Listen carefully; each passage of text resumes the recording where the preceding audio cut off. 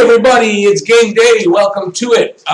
Montreal Canadiens will take on the Pittsburgh Penguins in Game 2 of the Qualifying Round series. And Montreal beat Pittsburgh 3-2 in overtime in the first game. And we're going to take a look at the second game. This is my preview for it. And we'll start with stats from the game, but there's not a lot. It was only one game so far. So Montreal is 1-0. Pittsburgh, obviously, 0-1. Montreal's Corsi numbers were low for them, 45.5%, so that's basically puck control and puck possession, excuse me. And I really thought they did well 5-on-5, but maybe I wasn't. I don't know, because the numbers really surprised me. They're usually they finished the season at 54.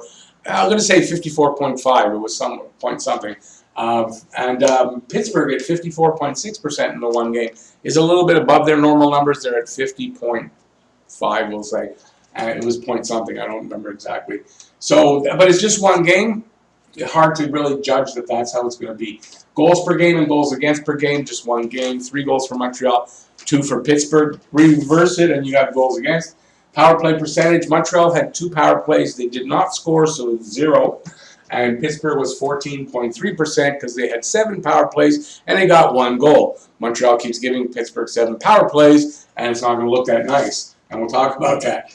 Penalty kill, 85.7% for Montreal, a little bit above their season numbers. And Pittsburgh, 100% because Montreal did not score on the power play. Let's get into some points for the game. Habs, third pairing. I was going to say bottom 3, but I was thinking about it, and I thought, actually, Brett Kulak had from anywhere from a decent to a good game, considering he had, I think, like 8 days of training camp. To start the season. I wasn't really even expecting him to start the game, let alone paired up with Petrie, and I think he performed well. They had good defensive stats for the game, and I kind of really expect that probably will continue. So the question mark for me is third pairing. I don't know that Willette's the answer. Having Mete on the right side is the answer. So we're going to talk about it over here, but that's a point I want to make. I don't think oh no, we got to get to that point here. I do want to say this, though. Montreal looked really good against Pittsburgh game 1, but you got to consider this, that game 2, Pittsburgh's going to come out even stronger. They had 9 shots against in the first 4 minutes, almost overwhelming Montreal if it wasn't for Carey Price. That's going to happen again as far as their energy, their attack, their aggressiveness. Montreal has got to be ready for it. And part of that is going to be that third pairing needs to be a little bit better. Next point, Murray or Jarry. So Murray played well, but I kind of expect Jarry in Game 2, but I'm not sure, but I kind of do expect him. It's a short series. Maybe if it was a 7-game series, Sullivan would be like, okay, I thought Murray, we got to go at least another game and see how he plays. Not that Murray had a bad game, but, you don't have the time. Plus, you lost that first game. That first game is probably one of the most important games. If Pittsburgh loses tonight, they can almost kiss their asses goodbye because it's going to be really hard in the 3 games to take 3 out of 3. Montreal just needs 1 in the final 3 games. So it's important. Still no pressure on Montreal. Important to win tonight. They can almost lock down the series tonight. And even more important for Pittsburgh to win tonight. So you're going to see, I would think, an even more aggressive, offensively minded team tonight against Montreal.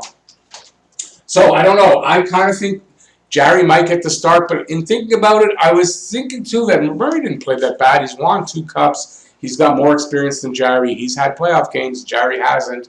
I'm not sure if he's going to go with Murray or Jarry. I was really thinking he would right away after the game, but upon thinking about it, I kind of think I might stay with Murray if it were me. What's next? Penalties and discipline. Okay, so this is what I wrote for discipline. Habs can't take so many penalties. You can't expect to. I'm having trouble with a tooth, so if I have trouble talking, please, that's all it is. Because I'm noticing it. Habs can't take so many penalties. You can't expect to hold them off the board if you give them so many opportunities every game. Listen, their power play wasn't really connecting, but if you give them 7 power plays a game, guaranteed their power play is going to start connecting. With the firepower they have, they're going to put in 2-3 goals a game if you give them 7 opportunities. Now, granted, this also, Phil Deneau had 3 penalties in the game. That's not how Phil Deneau usually plays. I don't expect him to be as undisciplined next game. Jonathan Drouin drew 2 penalties or took 2 penalties. I don't really expect that unless I think he did it out of frustration. I really think he was frustrated. After the first, he looked okay in the first period. We're going to talk about him. I guess it's next, so we're going to talk about him. And I just think he was frustrated especially after, although it wasn't overtime. But maybe it was the frustration that he was still feeling that he wasn't really, wasn't that noticeable out there all night. And I'm sure he came into the game hoping he would have a big night. He's had good success before in playoffs, not for Montreal, obviously, but for Tampa and in juniors. And I think he really this is what I wrote about Jonathan Drouin. He was disappointing, for sure. I'm sure he's more disappointed than we are. But he has to put it behind him. He has to forget about it. Put it behind him. Find his game. If Montreal's going to go far, they absolutely need Jonathan Drouin. Not to say they can't. I mean, they didn't really have him. They won the first game. But they may beat Pittsburgh, and then they face what? Possibly Tampa? If they're facing Tampa after this, they better be ready, more prepared and more ready than they are right now against Pittsburgh. So, Jonathan Drouin, we're going to need him. Especially against Tampa, his former team. You never know what he can do against. That brings extra. It's like that revenge thing, and you do maybe step up your game a little bit. So just to get back here, penalties and discipline. They need to be more disciplined out on the ice, and don't let frustrations get to them. That makes them take penalties because that 7 penalties can't happen again. Next up, I think we're going to go right into the lineups. I think there should be some changes. I don't really like Domi on 4th line. I thought he ran around a little bit too much, and he could have really been a big contributor for the offense. So I don't know if Julian's going to do this, and I kind of don't think he is, but he may surprise because he used Suzuki beautifully. So there's a kid, he's using him great. But I mean, if you have Suzuki, any coach, you don't use Suzuki right now, you're an idiot. So we'll see how that goes. Okay, so this is what I think the lineups should actually look like. My opinion, if I were the coach, I'd make a couple of just small changes. Although one of them is small, but it could be big. So first line, I don't touch. So it's Tatar, Deneau, and Gallagher. Deneau was a frustrated player. First game, I mean, maybe that's all it is. First game, his timing was off a little bit. Let's see he's been so good, you can't really, he's not going to get disciplined or change lines or anything. So Tatar, Deneau, Galley, they're the shutdown line. They're almost the everything line. They can do it all. Put offense on the board. They can shut down the other team. Whatever it is you want, win faceoffs, whatever it is, they can do it. Number 2 line. Number 2 line. Okay, so we got Suzuki at center. That isn't going to change. I thought Armia had a decent game. I think he could step up a little bit more, but it didn't look out of place there, and I think he'll stay there. And I think this is where we go. We take Domi from the 4th line, and we put him over with Suzuki. I think Domi's energy, Domi's speed, Domi's ability, he kind of gets in places and stuff with Suzuki, making the passes. I think it's going to be better than a frustrated Jonathan Drouin, who may actually bring that line down. Okay, we'll see how the second game goes, but considering his history here, he hasn't really shown that any other reason for me to say that I would think he'll do better being demoted and not be on Suzuki's line. That's what I say. So next line, KK. Thought KK had a pretty good game, got that fluky goal. But sometimes getting a fluky goal really can trigger a guy and maybe pour on the offense a little later, gets his confidence up. And he was skating really well. You can see the work he did on his skating is starting to pay off. And he just looked bigger, more confident, and more an NHLer than ever before. So I'm expecting good things from KK there. I wouldn't change him. I would keep Lehkonen with him. I love Lehkonen, and I think that's a really good element of defense on this line with KK, who also is defensively responsible. I think that's where I would keep that there. And I would put Drouin here. If I'm correct, Drouin and KK played together a little bit. I want to say last season and or early this season. And there was some chemistry, but I think it was last season. And I would like to see, I think that's good energy on the line. I think he got good skill. He can pass the puck to him. He can do everything. If he would only just come into his own, that kid's got so much talent. I don't know what's going on with him. Next up, fourth line. So Jake Evans moves up because we need a center, and we moved Domi over here. So we need Jake Evans back up. I thought Jake Evans, he's got really good potential. I like what I've seen from him so far. Near the end, before the break, he replaced Thompson on that fourth line, and I would go with that. He's not a small guy. He's 6'2". I always think Jake Evans was small, but he's 6'2". He's got good potential there, and I would put Evans there. I don't know if everybody would agree with this, but I would keep Wheel over here. Yeah, I wouldn't play Wheel on the power play. I really wouldn't, but I would keep Wheel there. I wouldn't take him out of the lineup. I would take Weiss out of the lineup and bring, I guess, Byron from here, and bring Byron on to the fourth line. Now, you can say, Byron, why do you want to put him on the fourth line? Byron does well from the fourth line.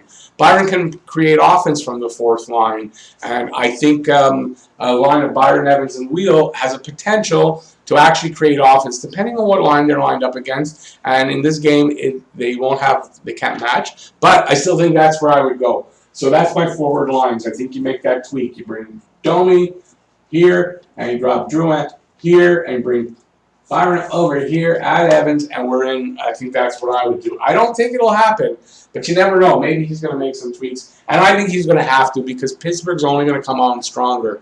Unless they want to get swept, Pittsburgh, you got to expect they're going to come on stronger as the series goes on. On defense, just a quick change. So we're going to keep Sherratt and Weber. That's the not to say shutdown, but I mean that's your grit on defense. And you can see they were being aggressive. They were So this is your grit, and they played really well and put up minutes. And I didn't find much fault in them. I would keep Kulak and Petrie because Kulak played well with Petrie.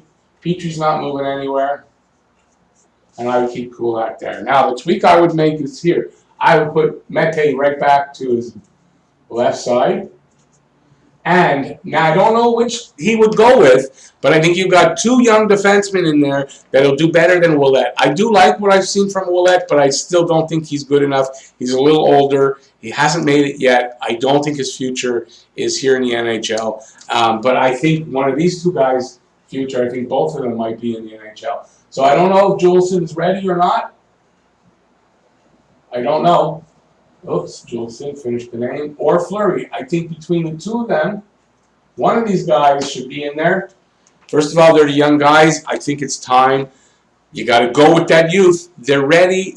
Put them in there. They're better options than some of the other guys that are there. You got to live and die with it at some point. I really do. And it's not because I want that Lafreniere pick that I want them to do bad. It's not why I'm saying that. But the team wants to win.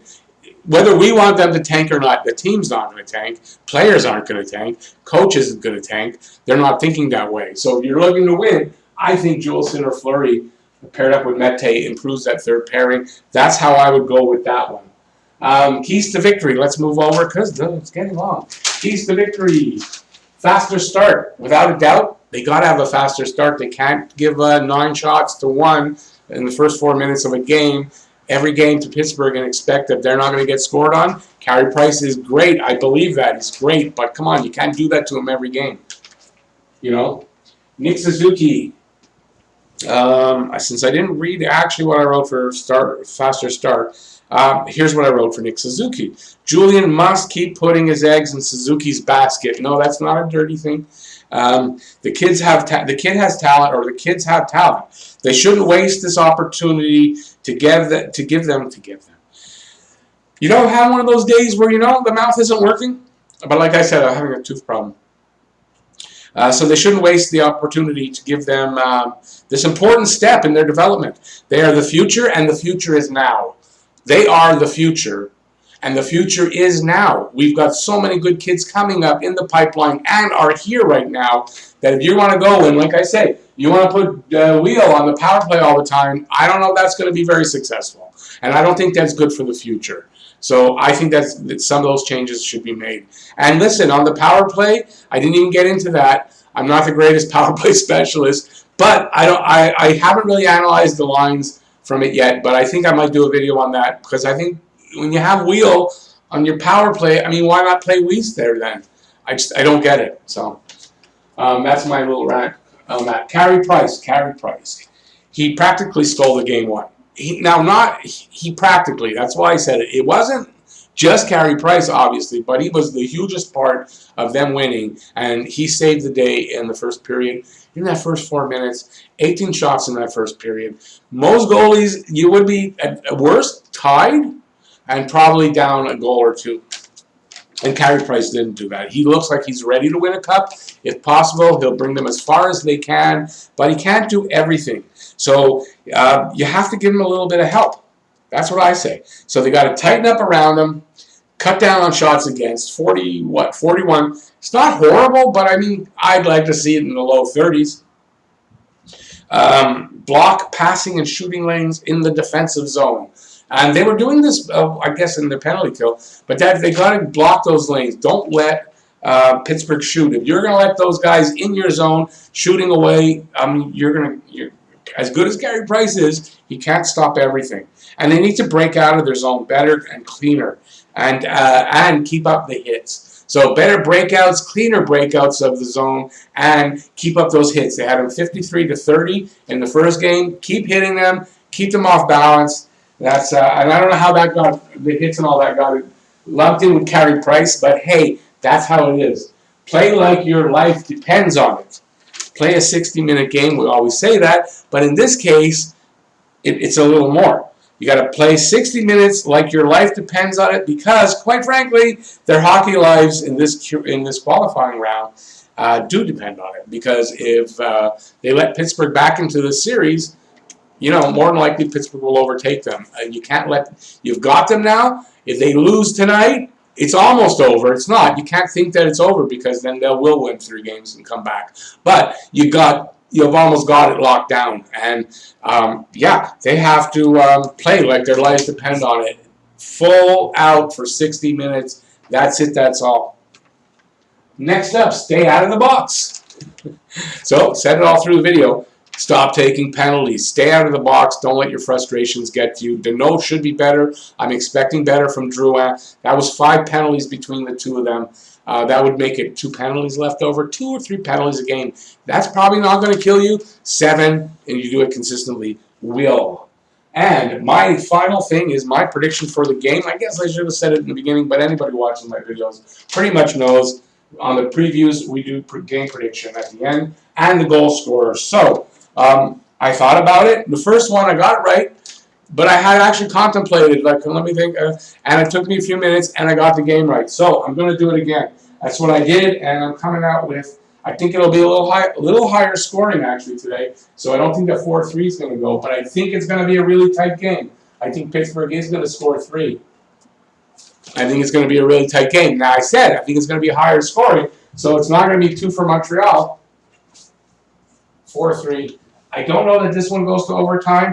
I said in the my live stream, and I said I think it's going to go to overtime, but I'm not. Like I said, probably go to overtime, and it did. This one, I don't know. I'm not going to call it overtime, but I am going to call the guy who was really frustrated, not Drouin, for the first goal. Phil Deneau is going to make it up, and he's going to score Montreal's first goal and get his game back and get everybody back online, and they're going to go forward and they're going to win tonight. I said in my prediction video that Montreal is going to win in 5 games. I'm sticking with that prediction, even though after the exhibition game, I was really second-guessing and thinking, they're not going to. But you know, that first game was way better, and I'm going to stick with my prediction. So tonight, 4-3 Montreal. Phil Deneau gets the first Montreal goal. Leave me yours in the comment section, or if you come to the live stream, let me know, because you could win a hockey puck, an emotional support hockey puck that I would show you if I could reach for it and not go off camera. But I think you've all seen it before. And so in the comment section, what the game score will be and who will score Montreal's first goal. And that is it for the video. Thumbs up if you liked it. Head down there while you're doing that. Leave other comments if you, whatever I said here, if you disagree, or if you want to add to it, let me know in the comment section. And if you haven't already, please subscribe and ring the notifications bell, and that is going to get you your daily fix of Bleu, Blanc, Rouge right here at Talkin' Habs. And one last thing, if you want to be a member, hit that join button. It's going to tell you everything you need to know, starting at $1.99 a month. And you can check that out, join button at the bottom of the video. That's it. Thanks for watching, everybody. Really appreciate it. Have fun with the game. Hopefully you'll join me on the live stream. And please stay safe out there. Wear a mask where needed. And yeah, you'll be back here watching more Talkin' Habs videos. Okay, that's it. Peace out. Thanks for watching. Bye, y'all. See you tonight at the live stream.